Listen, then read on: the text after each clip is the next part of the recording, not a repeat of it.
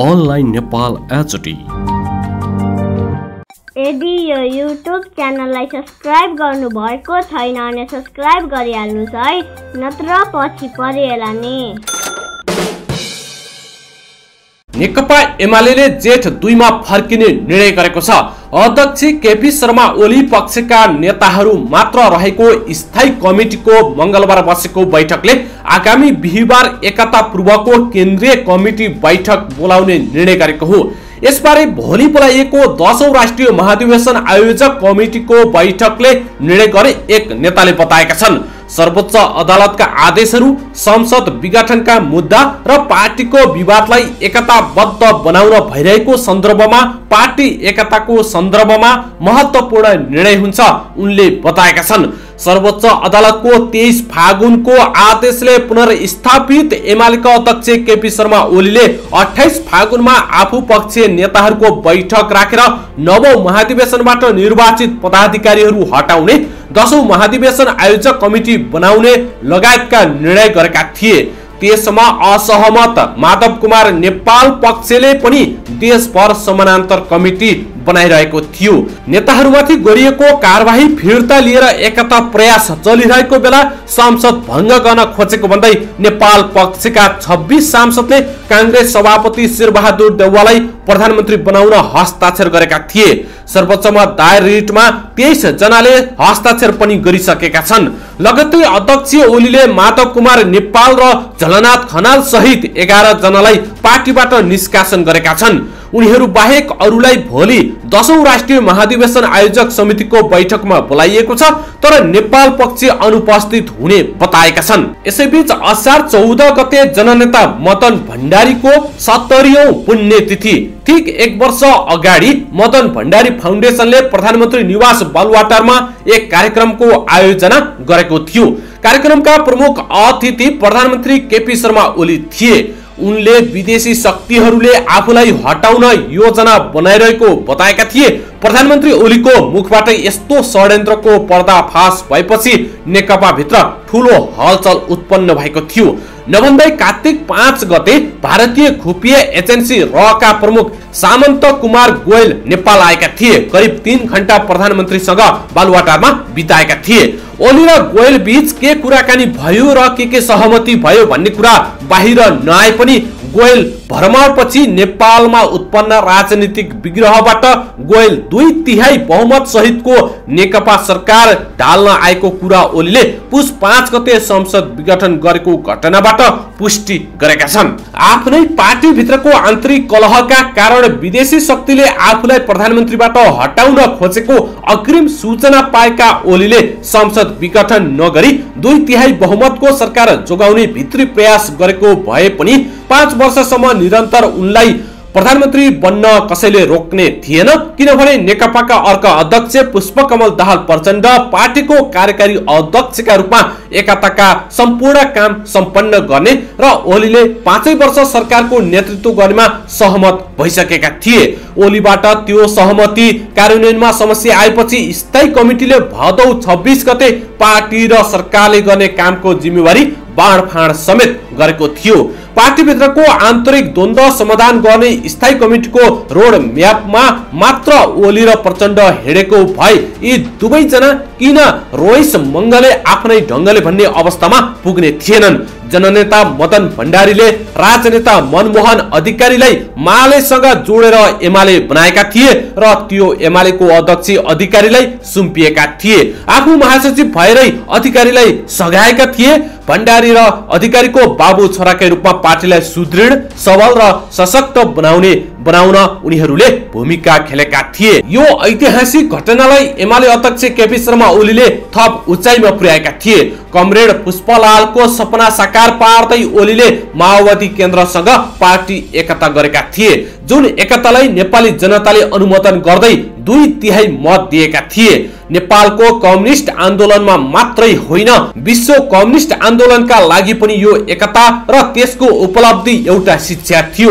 मदन भण्डारीले जब देखेको सपना पूरा गर्ने अवसर थियो, तर त्यो अवसरलाई ओलीले सदुपयोग गर्न सकेनन्। महान उपलब्धिको रक्षा गर्न सकेनन्। अहिले उनी भुइँको टिप्न खोज्दा गोजीको झरे जस्तै अवस्थामा पुगेका छन्। कम्युनिस्ट आन्दोलनलाई धाराशाही बनाउने, जनताको आशा र विश्वासमाथि तातो पानी खन्याउने, मदन र मनमोहनले जोडेको एमालेलाई विभाजन गराउने, इतिहासकै शक्तिशाली कम्युनिस्ट सरकारलाई घर न घाटको बनाउने ओलीलाई इतिहासले माफी दिने छैनन्।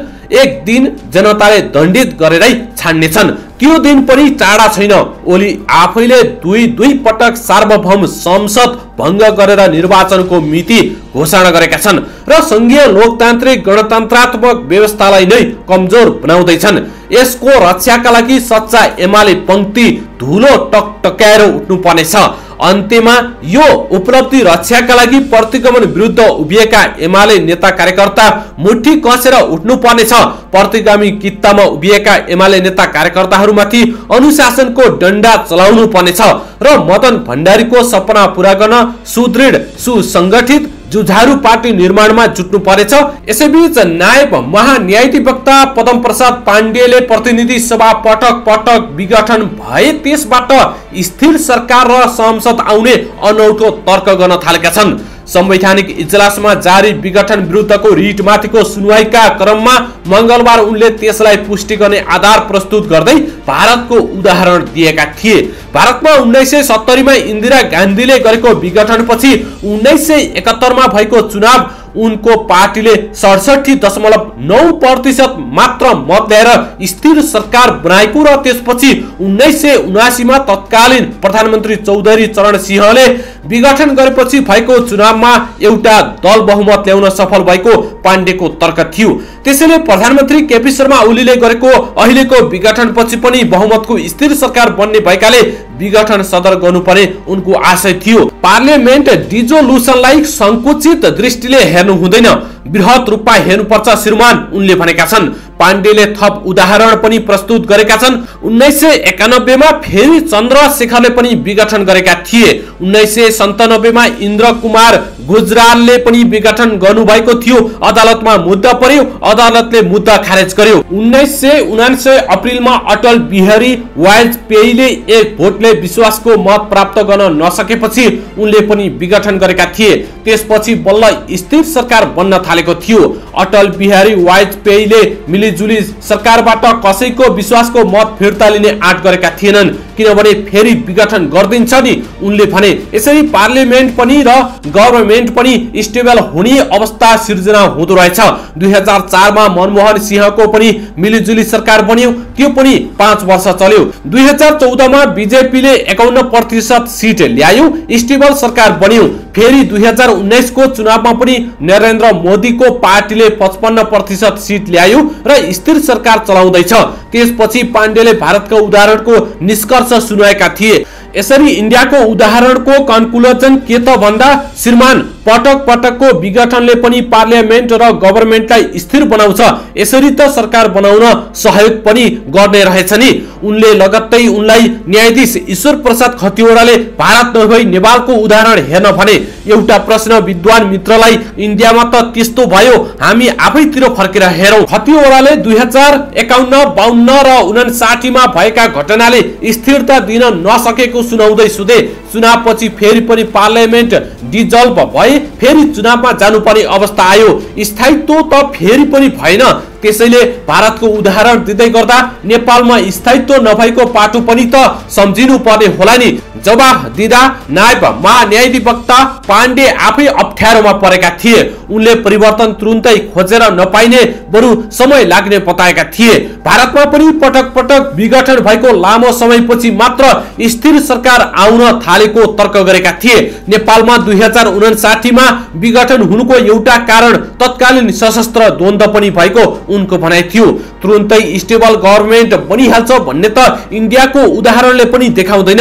सन् 1979 देखि सुरु भयो। आउँदै आउँदै गर्दा कहिले स्टेबल भयो कहिले भएन, तर खास स्टेबिलिटी त 1979 बाट भएको थियो। पाण्डेले यो प्रक्रियामा झण्डै 2 दशक लागेको बताउँदै भने समय त लाग्छ श्रीमान, तर जनताले पनि बुझ्नु पर्यो नि, हामीले एउटा दललाई मत दिँदा स्टेबिलिटी आउने रहेछ, पार्टीलाई पनि समय चाहिने, यो ठूलो पार्टी बनाउन त्यो टाइम अझै हामीलाई पुगेको छैन। पाण्डेले अघिल्लो विघटनका क्रममा बहस गर्दै प्रधानमन्त्रीले विघटन गरेर संसदीय प्रणालीको रक्षा गरेको बताएका थिए। उनले 21 माघमा संवैधानिक इजलासमा भनेका थिए, यदि त्यसो नगरेको भए संसदीय व्यवस्था नै धरापमा पर्ने रहेछ, दिगो शान्ति पनि खलबलिने अवस्था रहेछ। उनले त्यति बेला गरेकै कुरा मंगलबारको इजलासमा पनि दोहोर्याएका थिए। संसदमा सरकारको स्थायित्व महत्त्वपूर्ण हुने र त्यसबाट मात्र विकास सम्भव रहेको उनको भनाइरहेको थियो। 76 को प्रधानमन्त्रीले संसद विश्वासको मत नलिई विघटन सिफारिस गर्न पाउने गरेको भारतको उदाहरण दिएका थिए। शर्त पूरा नगरे पनि बाटो खुला गर्न पाइने उनको तर्क थियो। अर्को 76 को प्रधानमन्त्रीले राजीनामा नदिई 5 अनुसारको प्रधानमन्त्रीका लागि आह्वान गर्न नमिल्ने भन्ने निवेदकहरूको तर्क जायज नभएको पाण्डेको भनाइरहेको थियो।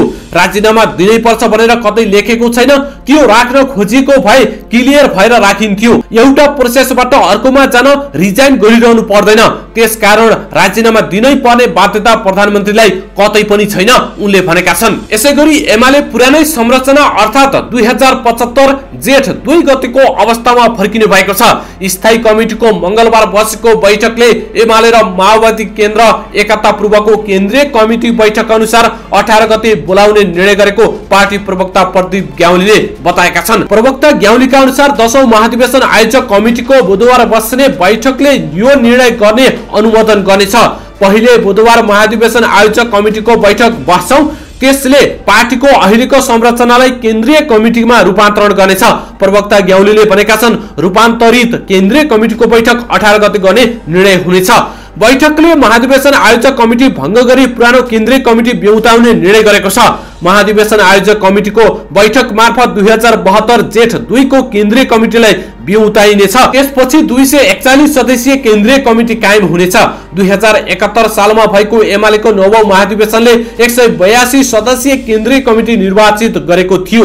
उपाध्यक्ष विद्यादेवी भण्डारी राष्ट्रपति भएपछि एमाले केन्द्रीय कमिटी 181 सदस्यीय कायम भएको थियो। 2073 फागुन 20 मा 21 जना थप गरी केन्द्रीय कमिटी 202 सदस्यीय बनाइएको थियो। 2075 जेठ 3 को एमाले र माओवादी केन्द्रको एकीकरण पूर्व पुनः थपेर 241 सदस्यीय बनाइएको थियो। एकतापछि विष्णु रिमाल, रघुजी पन्त, बेदुराम भुसाल र रघुवीर महासेठलाई स्थायी कमिटीमा थप गरिएको छ। 2077 फागुन 23 मा एकता भंग गरिएपछि फागुन 28 मा माओवादी केन्द्रबाट आएका 23 जना थप केन्द्रीय कमिटीमा थपिएको थियो।